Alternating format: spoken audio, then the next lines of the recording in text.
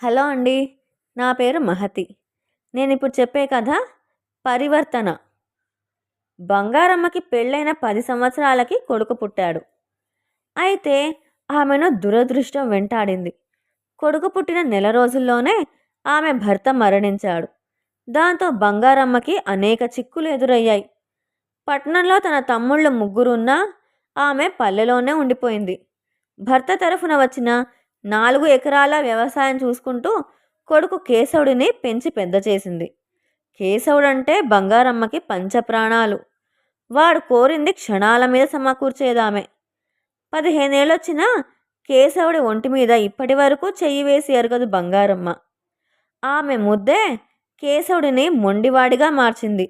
దానికి తోడు చెడు సావాసాల వల్ల వాడు ఎందుకు కొరగానివాడుగా తయారయ్యాడు. వాడికి చదువు అంటే బొత్తిగా గిట్టేది కాదు. ఎప్పుడూ అల్లరి పిల్లలతో కలిసి జులాయిగా తిరుగుతుండేవాడు. బంధువర్గంలో అందరికీ కేశవుడిని గురించి తెలిసిపోయింది.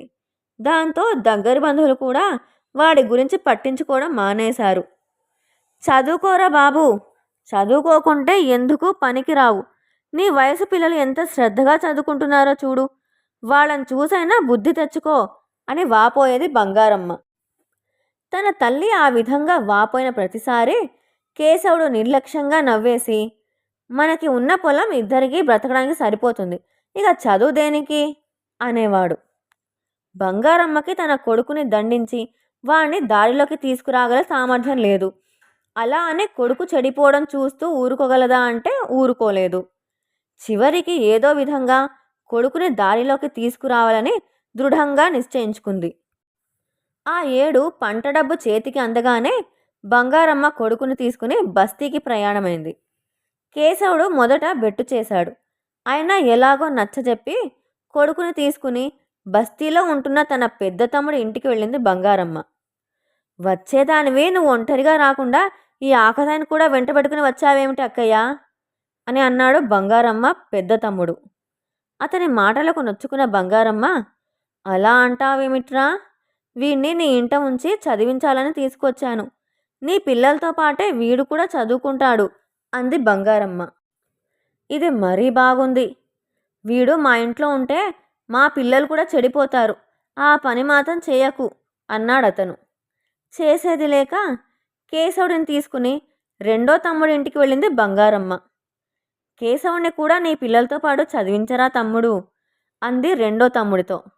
ఇంకా నయం, వీడి చదువు మాట ఎలా ఉన్నా ముందు మా పిల్లలు చదువు మానేయడం ఖాయం. కావాలంటే నెలకు 1000 రూపాయలు పంపిస్తాను. వీణ్ణి మరెక్కడైనా ఉంచి చదువు చెప్పించు అన్నాడు బంగారమ్మ రెండో తమ్ముడు. ఇంకా మాకు ఆ గతి పట్టలేదులే, నా పాటలేవో నేను పడతాను అని కొడుకుని తీసుకుని మూడవ తమ్ముడి ఇంటికి వెళ్ళింది బంగారమ్మ.